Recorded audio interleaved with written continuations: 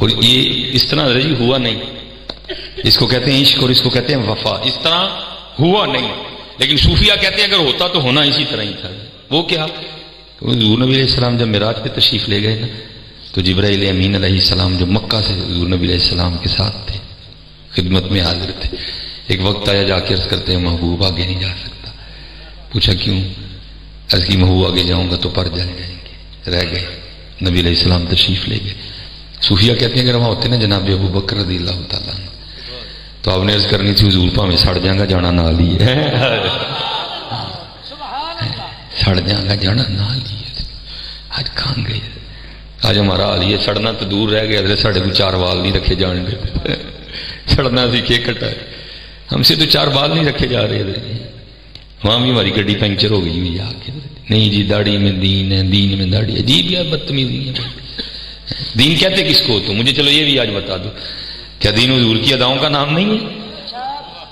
کیا دین حضور نبی علیہ السلام کی اداؤں کا نام نہیں ہے؟ تو پھر حضرت جی پھر یہ داڑھی میں دین میں داڑھی کدھر سے آ گئی ہے؟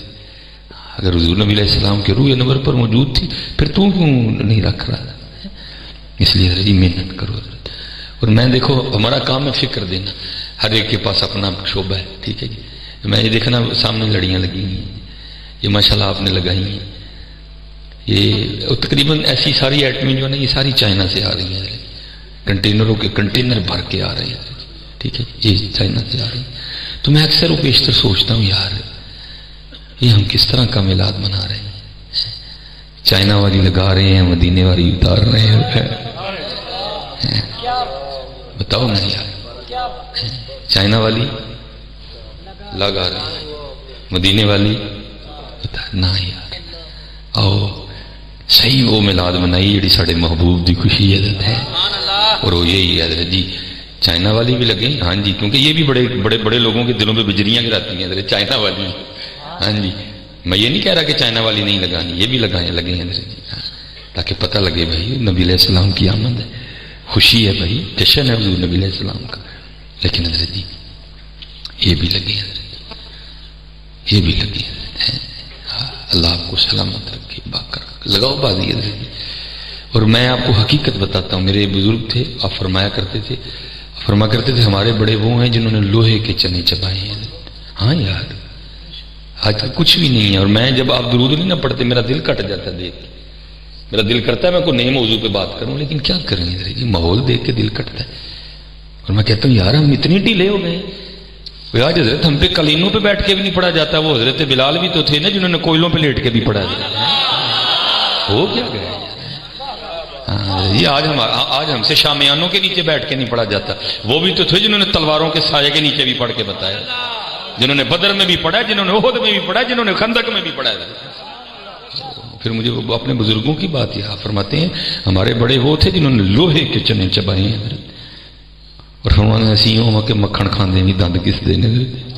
اب تم مکھن ہے یار، اب حضور نبی علیہ السلام کا نام لو، لوگ خود نیچے بیٹھیں گے تمہیں اوپر بٹھائیں گے، تمہاری جوتیاں اٹھائیں گے، تمہارے گلے میں پھولوں کے ہار ڈالیں گے۔ وہ دور تو انہوں نے دیکھا حضرت جی کہ جب نبی علیہ السلام کا نام بھی لیا جاتا تھا تو درمیان میں رکھ کے کاٹ دیا جاتا تھا۔ اس لیے حضرت جی خوب محنت کرو، نماز کی پابندی کرو، خوب حضور نبی علیہ السلام پہ درود پاک پڑھو، خوب اپنے معاملات کی حفاظت فرماؤ۔ وہ آپ نے حضرت حبیب اجمی رحمۃ اللہ تعالی علیہ کی بیعت، آپ نے امام حسن بصری رحمۃ اللہ تعالی علیہ کی بیعت فرمائی، اور لکھا حضرت نے اپنی تسبیح عنایت فرمائی، اور ساتھ اس میں ذات تلقین کیا اللہ۔ کدی حضرت ہوئی سرگی اٹھ کے آنکھوں نا، مزہ تو ایسے سارا دن بھی دینا ہے، لیکن حضرت جی جو مزہ سرگی دینا ہے نا،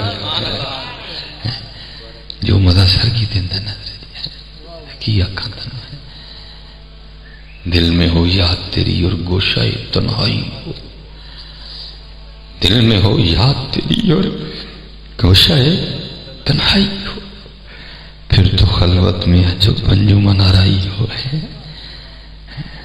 ذرا کون ایک باری پیار نہ اللہ، آئے پھر ایک باری اللہ، پھر ایک باری اللہ، کریا کرو کریا کرو جی.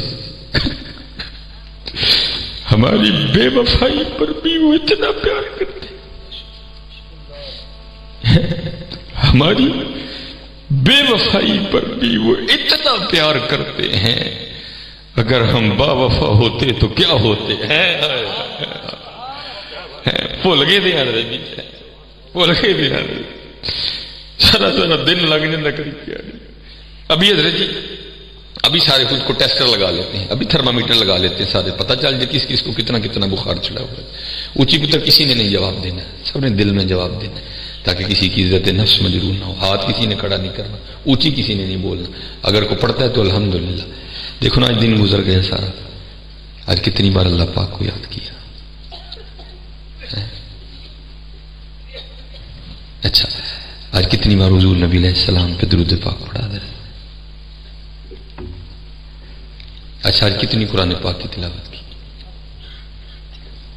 اچھا چلو یہ بتاؤ قرآن پاک کی زیارت کی ہوئے کتنی دیر ہو گئی ہے.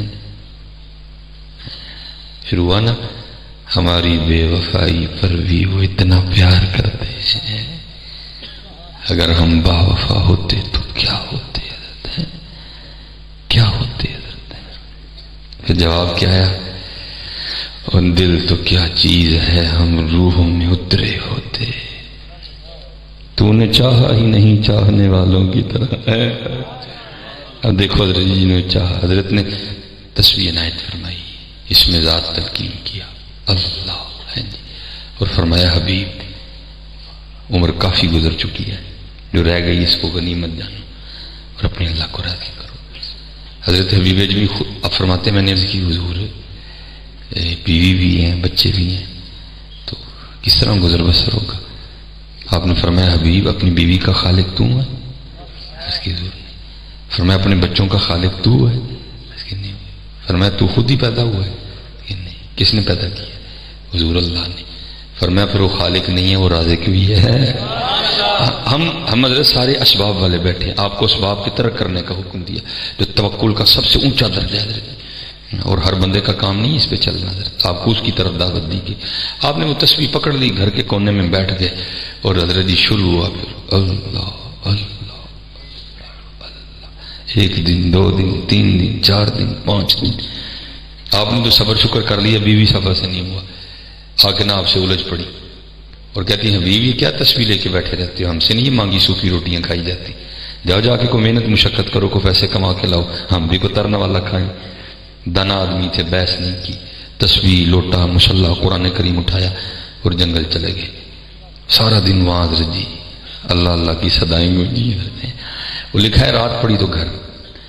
جب گھر آئے تو بیوی پہلے منتظر تھی کہ آج حضرت بیوی اجمی مزدوری کرنے گئے ہیں, اور جیسے گھر داخل ہوئے آتے بیوی صاحب نے پہلا سوال یہ کیا حبیب مزدوری کی؟ آپ نے فرمایا ہاں کی.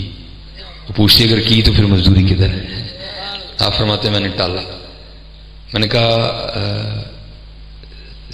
جس نے بھی مزدوری کی نا سارے اپنی اپنی مزدوری مانگ رہے تھے, لیکن میرا مالک کریم ہی بڑا, مجھے مزدوری مانگتے ہوئے شرم آ گئی ہے. وہ آپ فرماتے ہیں وہ خاموش ہو گئی, مجھے کہنے لگی اچھا چلو کل مانگ کے لانا. آپ فرماتے ہیں اگلے دن پھر اللہ اللہ رات پڑی تو پھر گھر. فرماتے ہیں آتے بی بی صاحبہ کا پھر پہلا وہی سوال حبیب مزدوری کی؟ آپ فرماتے میں نے کہا کی. تو کہنے لگی پھر مزدوری کدھر ہے؟ آپ فرماتے میں نے پھر ٹالا. نہیں سارے مانگ رہے تھے, میرا مالک کریم بڑا, مجھے مانگتے ہوئے شرم آ گئی. اچھا بیوی صاحب آگے نا تھوڑا سا غصے میں آ کے کہتی ہیں حبیب اب جب کل جائیں گے نا تو جا کے مزدوری شروع نہیں کرنی, پہلے اس سے 2 دن کی مزدوری لینی ہے. اگر تو دے تو پھر اس کی مزدوری کرنا, نہیں تو کسی اور کی کرنا جا کے. اب حضرت ہم یہ نہیں سمجھیں گے, اب یہ وہی سمجھے گا جس نے دل لگایا ہو کہ یہ تیر کس طرح لگتا ہے ادھر آ کے.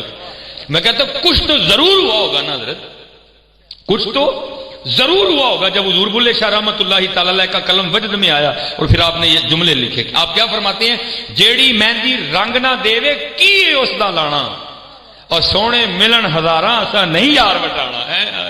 اور فرماتے ہیں ادھر تیر لگا کہ اس نے کیا کیا دیا ہے, کہاں جاؤں اس کا در چھوڑ کے.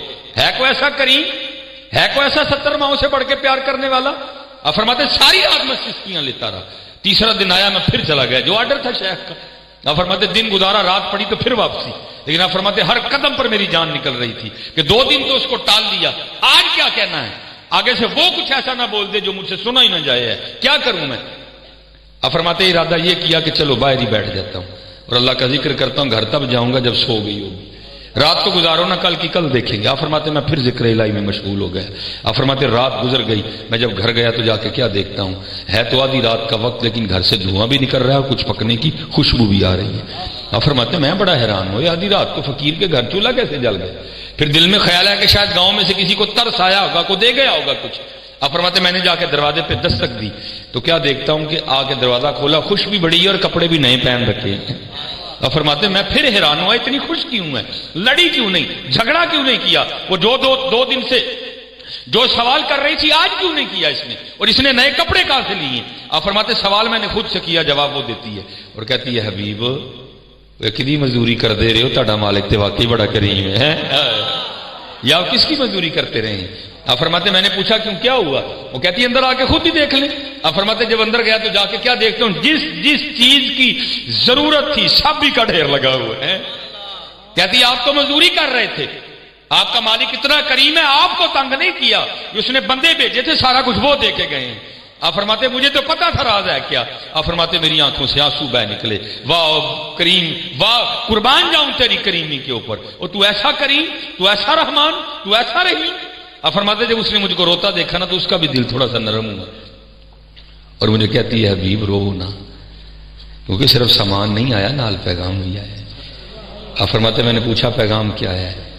تو کہتی پیغام یہ آیا ہے حبیب تو کام چ کمی نہ آن دیں، اسی مزدوری چ نہیں آن دیں گے۔ ہماری بے وفائی پر بھی وہ اتنا پیار کرتے ہیں، اگر ہم با وفا ہوتے